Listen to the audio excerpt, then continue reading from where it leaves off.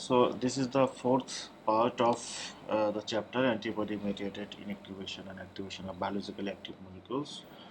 So in last part, I talked about the antibodies to islet cells. In case related to the diabetes, but I missed to talk about the antibody against the insulin hormone receptor. Okay, so in this video, first I'll talk about this one, then I'll talk about the thyroid hormone. Okay, so I mean, in case of diabetes, diabetes originated because of immunogenic cause. Okay, so there are some antibody which can interact with the receptor, not with the insulin, not with the islet cell, rather with the insulin receptors and cause inactivation of those receptors. Okay, so when this will happen, the antibodies will inactivate the receptors.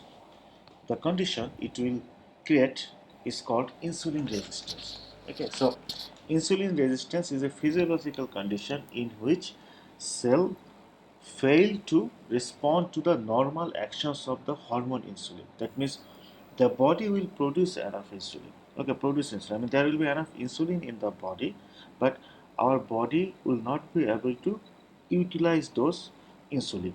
That means our body will be resistant to insulin. Okay, and this will cause hyperglycemia.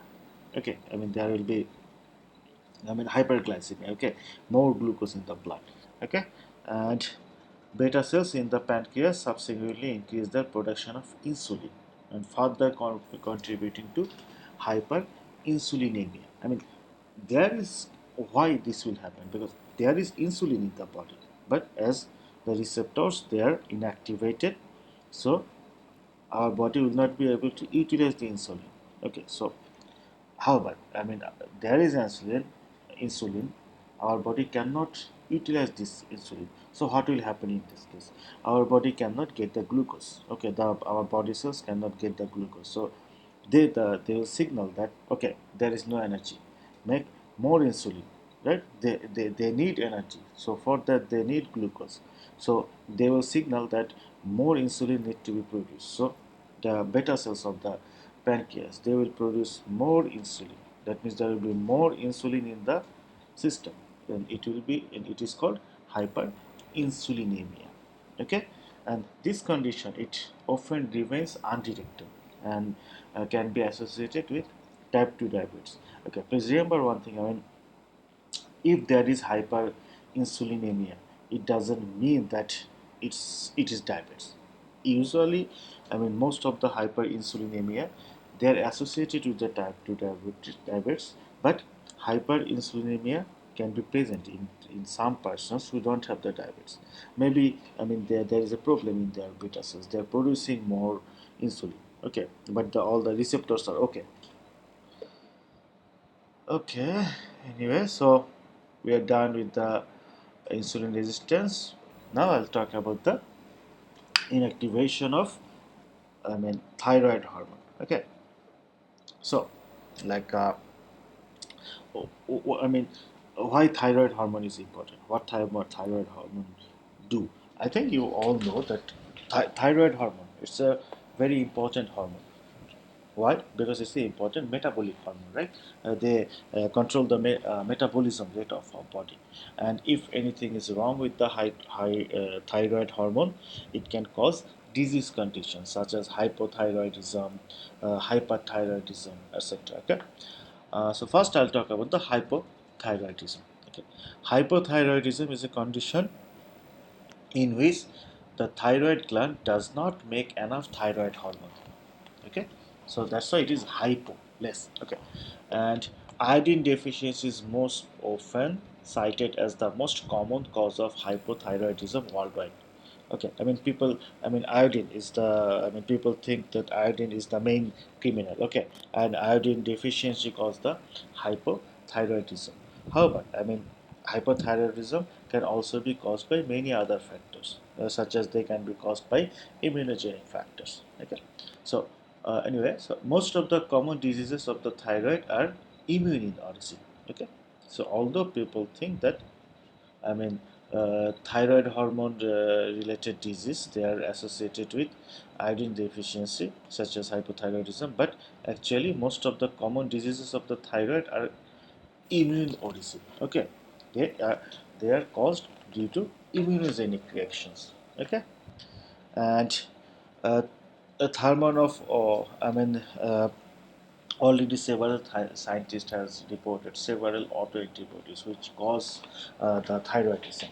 Okay, so such as some a number of autoantibodies to thyroid antigens are found in normal individuals, especially in the aged people. Okay, and these autoantibodies has been reported that they are associated with thyroid disease. That means these autoantibodies, they cause thyroid disease.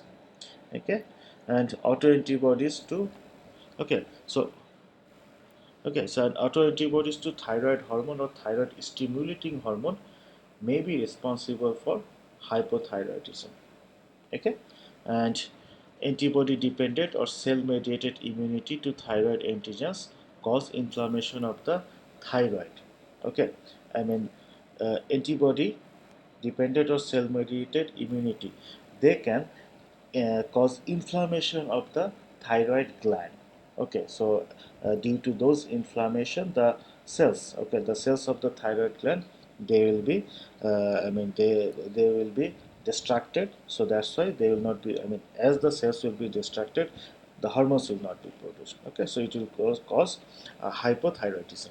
Okay, and then autoimmune thyroiditis may be induced in animals by immunization with thyroid hormone. Okay. Okay. Actually, if you can, okay. So you can do it for agricultural purpose. Okay. I'll not argue whether it is good or not. But the thing is, like, thyroid hormones, they do the metabolism. Okay. So if you can inhibit the thyroid hormones, there will be less metabolism. That means, okay, I mean, there will be more food there. That means, I mean, if you can inhibit the thyroid hormones, as less metabolism will happen, eventually that animal, okay, its rate of gaining weight will increase. খুব দ্রুত ওজন বাড়বে আর কি। Okay, I just talked about the hypothyroidism, but actually, hyperthyroidism can also occur, right? And thyroidism can occur due to the activity of antibody to the THS hormone receptor.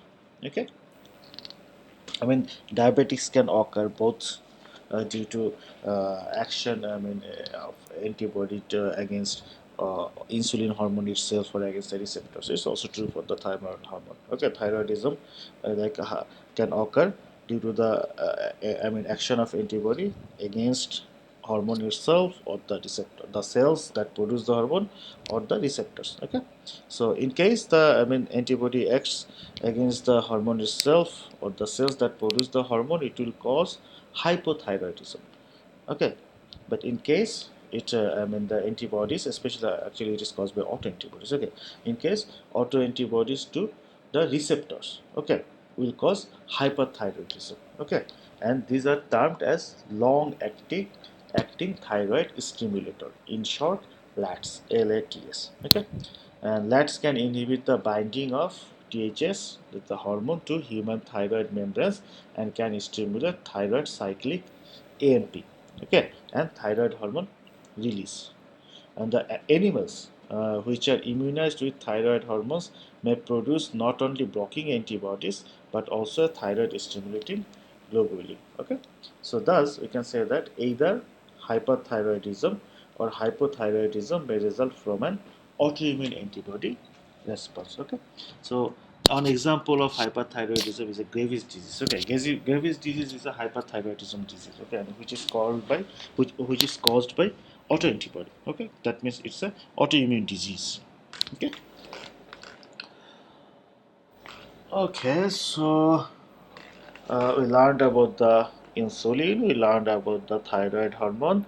Let's try to get some more idea about.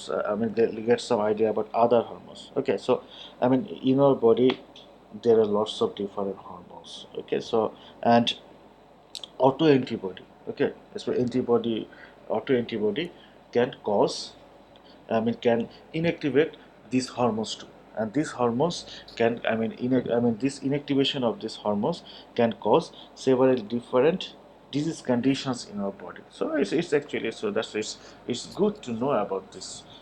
Some of this inactivation of hormones. Okay, so like for example, human chorionic gonadoprotein, progesterone. Okay, these two hormones. Okay, these two hormones are important for the pregnancy or the fertility. Okay, for the reproduction. But if antibody reaction occurs towards this hormones, okay, it can cause infertility. Okay, let's try to learn little bit about these things. So like antibodies to the hormones required to maintain pregnancy may prevent normal pregnancy. Okay, such as this hormone HCG, human chorionic gonadotropin. Okay, this hormone is an important hormone. Okay, so this hormone is important for the woman. To be pregnant. Okay, and to develop the fetus. Especially this hormone is important for the fetus development. Okay, so if antibody, okay, against this hormone is produced, it will be actually autoantibody. If antibody against this hormones is produced, this hormone will be inactivated. So thus, I mean, the fetus cannot develop inside the mother's womb. Okay, so it can cause it will cause infertility, right? So that's why uh, this hormone, okay, HCG hormone is a treatment strategy for the infertile woman. Okay, so the women who are facing difficulty to conceive, okay, they are sometimes treated with this protein HCG, this hormone HCG hormone. Okay, however, it has been observed, okay, so that women who have been treated with the HCG hormone, they develop antibodies to this hormone, okay, which eventually can cause the termination of the at the earliest stage of pregnancy. Okay, and also another important hormone for the pregnancy is progesterone. Okay, and progesterone is the measured hormone required for the establishment and maintenance of pregnancy. Okay, and if antibodies are produced against the progesterone hormones, okay, they can inactivate the progesterone and cause interruption of pregnancy. Okay, okay. Actually, until this, this will be enough for chapter 5.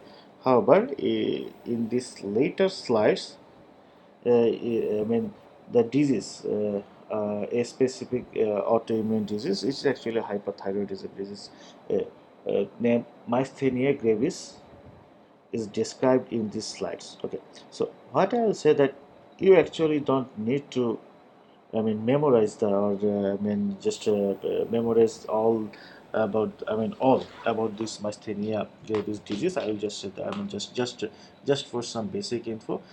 Myasthenia gravis is an autoimmune neuromuscular disease, and this disease, if someone have this disease, they feel that their muscles are weak and they feel fatigue. Okay, so anyway, and this myasthenia gravis disease condition is it's an autoimmune disease that is caused by antibody produced by our own body. Okay, caused by antibodies produced against our own body cells. Anyway, you don't have to learn all these things. Just for like have some idea, you can give a look in the slides, but you don't need to study much about this disease, at least for this course. Okay, so that's all for the chapter inactivation and antibody mediated activation and inactivation of biologically active molecule. Okay, thank you.